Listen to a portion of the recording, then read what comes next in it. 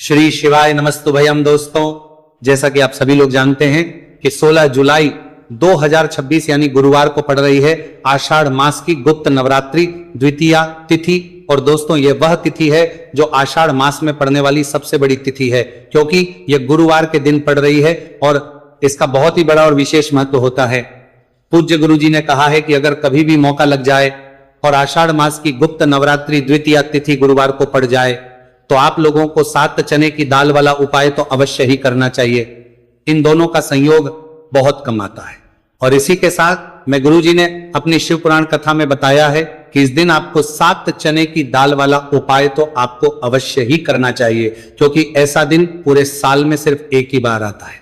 और दोस्तों, आप सभी लोग जानते हो कि गुरुवार द्वितीया तिथि का अगर सबसे बड़ा कोई उपाय है तो 7 चने की दाल वाला उपाय है। तो दोस्तों, इस गुरुवार द्वितीया तिथि के दिन आप लोगों को इस 7 चने की दाल वाला उपाय को जरूर करना है। बहुत सारे लोग होंगे जिन लोगों ने इस उपाय को ना किया हो, मतलब पूरा साल निकल गया, उन्होंने किसी भी दिन इस 7 चने की दाल वाला उपाय को ना किया हो। पर दोस्तों, आपके पास एक आखिरी मौका बचा हुआ है, जो कि 16 जुलाई गुरुवार द्वितीया तिथि के दिन है। तो इस दिन आप लोगों को इस वाले उपाय को जरूर कर लेना है। भले ही आपने मास भर इस उपाय को ना किया हो, पर अगर आपने इस आषाढ़ मास के गुरुवार द्वितीया तिथि के दिन अगर इस वाले उपाय को कर लिया तो आपको इस उपाय को करने का वह फल मिलेगा जिसकी आपने कभी कल्पना भी नहीं करी होगी। इसीलिए आप लोग इस वाले उपाय को एक बार जरूर कर लेना है, ताकि आप लोगों के हाथ से यह मौका ना जा सके और आपको इस उपाय को करने का फल मिल सके। दोस्तों, यह उपाय पंडित जी ने अपनी अभी की ही श्री शिव पुराण की कथा में बताया है, जिस उपाय को आज हम आपको बहुत अच्छे से समझाने वाले हैं। इस वीडियो को देखने के बाद इस उपाय को समझने के लिए आपको कोई और वीडियो को देखने की जरूरत नहीं पड़ेगी। तो चलिए दोस्तों, उपाय को शुरू करते हैं। देखिए, ये इस आषाढ़ मास के गुरुवार द्वितीया तिथि के दिन ये इतना खास होता है, इतना महत्वपूर्ण होता है। देखा गया है कभी कभी बड़े बड़े पूजा पाठ अनुष्ठान से जो मनोकामना नहीं होते, वह आषाढ़ मास के गुरुवार द्वितीया तिथि के दिन एक छोटे से उपाय करने से ही आपकी मनोकामना पूर्ण हो जाती है। और बहुत सारे लोगों ने इस उपाय को किया भी है और उनको इस उपाय करने पर ही वनाहति को करने का फल भी जरूर मिला है। अगर आप लोग भी इस उपाय को करना चाहते हैं तो आप इस उपाय को पहले अच्छे से समझ लेना, सुन लेना, उसके बाद करना। आपको इस उपाय का फल जरूर मिलेगा। और इस उपाय को कर लेने से आपके घर में चाहे किसी भी प्रकार और समस्या क्यों ना चल रही हो, आपको उसका कारण भी नहीं पता है कि भाई ये समस्या किस कारण से चल रही है, उसका कुछ भी कारण हो सकता है, जैसे पितृदोष हो सकता है या किसी भी तरह का मंगल दोष भी हो सकता है। तो इस दिन आप लोगों को यह वाला उपाय कर लेना है। ये एक ऐसा उपाय है जिस उपाय को अगर किसी विशेष दिन पर किया जाए तो भाई उस विशेष दिन का जो है वह तो हमें मिलता ही मिलता है, पर हमने उस दिन पर इस उपाय को है तो हमें उससे भी बड़ा फल मिलता है और फल बहुत जल्दी मिलता है, क्योंकि आप इस उपाय को बहुत ही बड़े और विशेष दिन पर कर रहे हो। तो चलिए अब उपाय के बारे में बात करते हैं, लेकिन उससे पहले आप लोगों को यह जानना आवश्यक है कि आखिर यह उपाय किस समय करना है, किसको करना है और कैसे करना है। तो चलिए हम आगे आपको वीडियो में एक एक करके बता देते हैं। लेकिन उससे पहले अगर आप लोग हमारे चैनल पर पहली बार आए हैं या फिर मेरी आवाज आज पहली बार सुन रहे हैं तो हमारे चैनल को सब्सक्राइब जरूर कर लेना और इस वीडियो को लाइक करके कमेंट बॉक्स में श्री शिवाय नमस्तुभयम ओम नमः शिवाय जरूर टाइप कर देना। तो दोस्तों, इस 7 चने की दाल वाला उपाय को हमें इस गुरुवार द्वितीया तिथि के दिन कैसे करना है, किसको करना है, किस समय करना है और कहां पर करना है, ये सारे सवालों के जवाब आपको इस वीडियो में मिल जाएंगे। और जो ये देखेगा भाई, उसको 7 चने की दाल वाला उपाय जरूर करना चाहिए, क्योंकि इस दिन एक चने की दाल का भी बहुत ही बड़ा और विशेष महत्व होता है। और जब बात आखिर आ रहा जा रहा है और जब बात चने की दाल भी जा रहा है जाए 7 चने की दाल वाला उपाय की, तो ये सोने पर सुहागा वाली बात हो जाती है और ये एक बहुत ही बड़ा उपाय हो जाता है इस गुरुवार द्वितीया तिथि का। तो अब दोस्तों, इस 7 चने की दाल वाला उपाय को आखिर करना किसको है, सबसे पहले हम लोग वह बात जान लेते हैं। तो देखो, घर की जो बड़ी माता होती है, उन माताओं बहनों में से कोई भी एक बड़ी माता बहन इस वाले उपाय को कर सकती है। और दोस्तों, अगर आप चाहे तो अपने घर में से सभी सदस्यों को भी इस उपाय को करवा सकते हैं। अगर किसी व्यक्ति की खुद की कोई मनोकामना है, खुद कि कोई दुख और परेशानी है जो कि वो अपने लिए ही करना चाहता है इस वाले उपाय को, तो वो खुद अपने लिए भी कर सकता है। बाकी अगर कोई घर में से ऐसा है जो कि अपने पूरे घर परिवार की सुख और शांति के लिए ये वाला उपाय करना चाहता है, तो भाई वो भी कर सकता है, उसमें भी कोई वाली बात नहीं है। कहने का मतलब यह है कि इस उपाय को हर एक सदस्य भी कर सकता है और पूरे घर परिवार के सदस्य के लिए घर की बड़ी माताओं बहनों में से कोई एक माता बहन भी कर सकती है। माताएं बहनें अगर घर में उपस्थित ना हो या वो यह वाला उपाय ना कर पा रही हो, तो फिर घर का कोई बड़ा सदस्य भी इस 7 चने की दाल वाला उपाय को कर सकता है, चाहे फिर वह पुरुष ही क्यों ना हो, उसमें कोई भी दिक्कत वाली बात नहीं। अब दोस्तों जो अगला प्रश्न निकल कर आता है वो ये आता है इस उपाय को लेकर कि आखिर इस उपाय को हमें किस समय करना, सुबह के समय करना है कि शाम के समय करना है। तो देखो इस वाले उपाय को आप लोग सुबह के समय भी कर सकते हो और शाम के समय प्रदोष काल में भी कर सकते हो।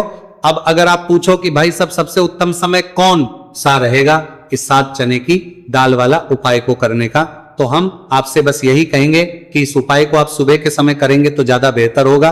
बाकी अगर प्रदोष काल शाम के समय भी करेंगे तो भी अच्छा होगा, उसमें कोई भी दिक्कत वाली बात नहीं है। तो अब दोस्तों जो अगली सबसे बड़ी और महत्वपूर्ण बात आती है वो ये आती है कि सुबह अगर हम उपाय को करेंगे तो हमें कितने बजे से लेकर कितने बजे तक के बीच में करना है, और शाम के समय प्रदोष काल में करेंगे तो हमें कितने बजे से लेकर कितने बजे के बीच में करना है। तो देखो सुबह जितनी जल्दी हो सके आप उपाय को करने की कोशिश करना। बाकी अगर किसी कारणवश लेट भी हो जाओ, थोड़ी देर भी हो जाए, तो 10 या 11 बजे तक भी आप कर लेना, पर 12 बजे से ज्यादा देरी ना हो, ठीक है, इस बात का ध्यान रखना। उसके बाद में दोस्तों अगर शाम के समय प्रदोष काल की बात करें, प्रदोष काल का जो समय है होता है वो शाम के 6 बजे से शुरू हो जाता है। मतलब शाम के 6 बजे से लेकर 7 बजे के बीच का जो समय होता है ये समय प्रदोष काल का समय होता है। तो आप इस उपाय को 7 या 8 बजे के बीच में भी कर सकते हो। मतलब शाम के 6 बजे से 8 बजे के बीच में आप कभी भी इस वाले उपाय को कर सकते हो, उसमें कोई भी दिक्कत वाली बात नहीं है। देखिए गुरु बृहस्पति को मजबूत करने से हमें हमारे जीवन में सफलता की प्राप्ति होती है। यदि हमारा किसी भी प्रकार का कार्य अटक रहा है, परिपूर्ण ही नहीं हो पा रहा है, तो हमें अपने गुरु ग्रह को मजबूत करना बहुत अधिक आवश्यक होता है। देखिए जब भी आपको ऐसा लगने लगे कि आपका जो जीवन है बहुत ही ज्यादा दुर्भाग्य के साथ बीत है, आपके कोई भी कार्य सिद्ध नहीं हो पा रहे हैं, तो जीवन में दुर्भाग्य को सौभाग्य में बदलने के लिए आपको यह चमत्कारिक उपाय करने चाहिए। तो गुरुवार की जो ये द्वितीया तिथि है आपके जीवन से सारे दुर्भाग्य को दूर करने वाली है। देखिए यदि आपका गुरु ग्रह मजबूत नहीं है, गुरु ग्रह से जुड़ी किसी भी प्रकार की समस्या है, तब भी आपको यह उपाय करना चाहिए। आपके विवाह से जुड़ी किसी भी प्रकार की परेशानी है, बुद्धि ज्ञान और विवेक से जुड़ी किसी भी प्रकार की समस्या है, साथ ही साथ जीवन में सौभाग्य की प्राप्ति करना हो, जीवन से दुर्भाग्य को दूर करना हो और जीवन में यदि सफलता की प्राप्ति करना हो, तो आपको यह चमत्कारिक उपाय जरूर करने हैं। देखिए आज के इस पूरे वीडियो में हम आपको 3 महा उपाय बताने वाले हैं और ये तीनों ही उपाय आपके जीवन की सारी समस्याओं को समाप्त करने वाले हैं। तो चलिए दोस्तों जान लेते हैं विशेष उपाय के बारे में। देखिए इस उपाय को करने के लिए आपको मात्र 7 चने की दाल लेनी होगी, यानी कि आपको 7 चने की दाल लेनी होगी। देखिए चने की दाल जब भी आप लेंगे तो ये कहीं से भी टूटी हुई भी खंडित नहीं होनी चाहिए, इस बात का आपको विशेष कर ध्यान रखना है। इसी के साथ में आपको एक तांबे के पात्र के अंदर शुद्ध जल लेना होगा और इसी के साथ में आपको एक स्टील की कटोरी लेनी होगी जिसमें आपको शुद्ध जल लेना है। इसी कटोरी के अंदर आपको 1 से 2 गुड़ के टुकड़े भी डाल देने हैं, यानी कि आपको गुड़ वाला जल तैयार कर लेना है। अब इन तीनों ही सामग्रियों को लेकर के आपको पहुंचना है भगवान शिव के मंदिर में। देखिए दोस्तों ये जो उपाय है आप इस गुरुवार द्वितीया तिथि के दिन सुबह से लेकर के शाम तक किसी भी समय में कर सकते हैं। देखिए दोस्तों सबसे पहले तो आपके पास जो 7 चने की दाल है, इसे आपको जो आपने गुड़ वाला जल तैयार किया है उसमें आपको डालनी है। आप 7 चने की दाल भी ले सकते हैं, 11 चने की दाल भी ले सकते हैं, 21 भी ले सकते हैं, और यदि आप 41 चने की दाल लेते हैं तो बहुत ही शुभ होता है। तो आपके पास जितनी भी चने की दाल है सबसे पहले तो आपको उसे गुड़ वाले जल के अंदर डाल देनी है। अब देखिए दोस्तों आपके पास जो एक लोटा शुद्ध जल है इसमें से थोड़ा सा जल सबसे पहले आपको भगवान शिव की शिवलिंग के सीधे तरफ जहां गणेश जी का स्थान होता है वहां पर आपको अर्पित करना है। फिर थोड़ा सा जल श्री कार्तिकेय जी वाले स्थान पर अर्पित करना है। फिर आपको थोड़ा सा जल माता अशोक सुंदरी वाले सन पर अर्पित करना है। फिर आपको थोड़ा सा जल माता पार्वती के हस्तकमल यानी कि कटी वाले भाग पर अर्पित करना है। और अंत में आपको थोड़ा सा जल भगवान शिव के शिवलिंग पर भी अर्पित कर देना है। और उस पात्र के अंदर आपको थोड़ा सा जल और शेष बचा लेना है। यानी कि पांचों ही स्थान पर थोड़ा थोड़ा जल अर्पित करने के बाद अंत में शेष जल और उस पात्र के अंदर आपको बचा लेना है। अब आपको बृहस्पति ईश्वर महादेव का स्मरण करना है और आपके पास जो चने की दाल है इसे आपको अपने सीधे हाथ में रखनी है। देखिए गुरुवार का दिन है, इसीलिए आपको ओम नमो भगवते वासुदेवाय इस मंत्र का जाप भी करना है। अब देखिए दोस्तों, आपके पास जितने भी चने की दाल है, चाहे 7 है, 11 है, 41 है, उतनी बार आपको बृहस्पतिश्वर महादेव का स्मरण है। और ये जो चने की दाल है इसे आपको भगवान शिव के शिवलिंग पर अर्पित कर देनी है। आपको लगातार बृहस्पतिश्वर महादेव का स्मरण करते रहना है। अब देखिए अंत में जो आपने उस पात्र के अंदर शेष जल बचाया था इसे आपको भगवान शिव के शिवलिंग पर ही धीरे धीरे अर्पित कर देना होगा। श्री शिवाय नमस्तुभयम इस मंत्र का जाप करते हुए यह उपाय करने मात्र से आपका जो भाग्य है वो स्वर्ण के समान चमकने लगता है। आपके से जो भी दुर्भाग्य है वो दूर होता है। तो इस प्रकार से आपको यह उपाय कर लेना है। ये उपाय आप सुबह से लेकर के शाम तक किसी भी समय में कर सकते हैं। अब दोस्तों हम जान लेते हैं गुरुजी द्वारा बताए गए दूसरे उपाय के बारे में। देखिए इस उपाय को करने के लिए आपको सबसे पहले तो मात्र थोड़ा सा शुद्ध घी लेना होगा।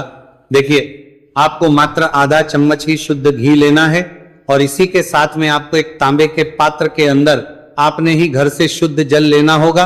और इन सभी सामग्रियों को लेकर के आपको भगवान शिव के मंदिर में पहुंच जाना है। आप ये उपाय सुबह से लेकर के शाम तक किसी भी समय में कर सकते हैं।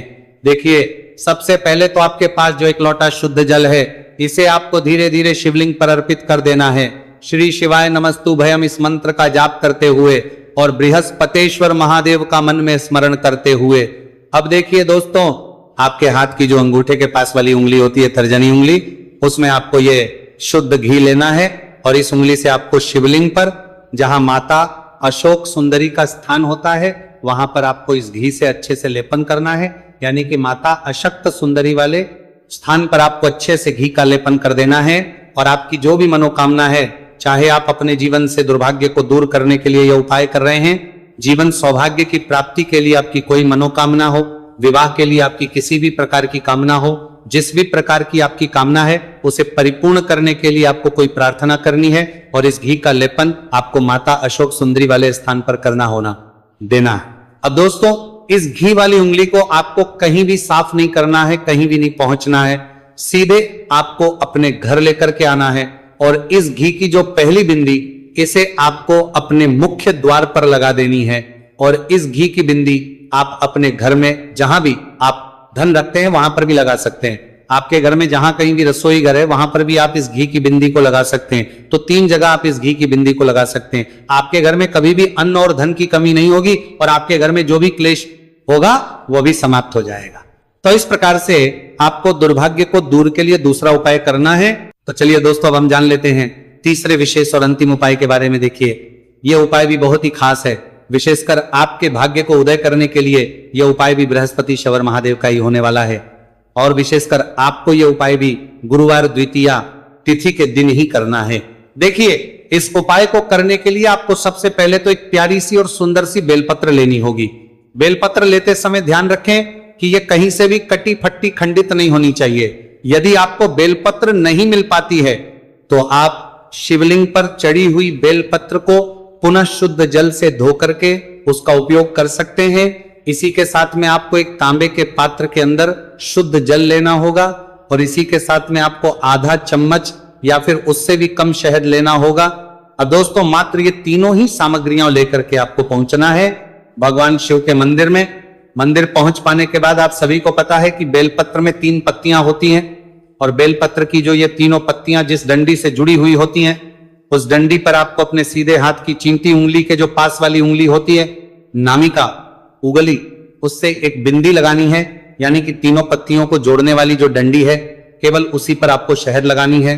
इसके बाद आपको ये जो बेलपत्र है इससे महादेव शिवलिंग पर अर्पित कर देनी है। श्री शिवाय नमस्तुभयम इस मंत्र का जाप करते हुए देखिए बेलपत्र की जो चिकनी साइड है वह शिवलिंग से स्पर्श होगी और इसकी जो डंडी है वह जलाधारी की ओर रहेगी।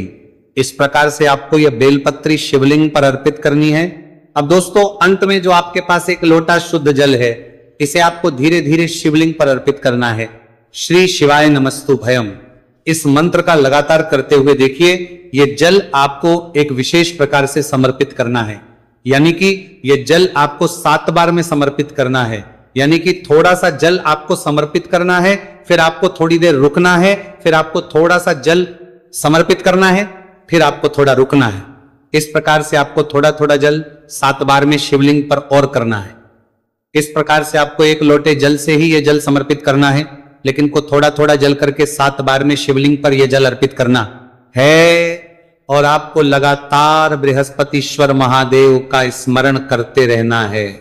देखिए, जैसे ही ये जल शिवलिंग से होकर के जलाधारी की ओर बहकर के आएगा, तो इस जल को आपको अपने सीधे हाथ में लेना है और इस जल का छिड़काव आपको अपने पूरे शरीर पर कर लेना है। बृहस्पति शवर महादेव का मन में स्मरण करते हुए ये जो उपाय है आपके भाग्य का उदय करता और आपके जीवन से दुर्भाग्य को दूर करता है। तो बहुत ही आसान सा उपाय है। इस उपाय को भी आप इस गुरुवार की द्वितीया तिथि पर करके जरूर देखना, आपको निश्चित ही लाभ होगा। तो दोस्तों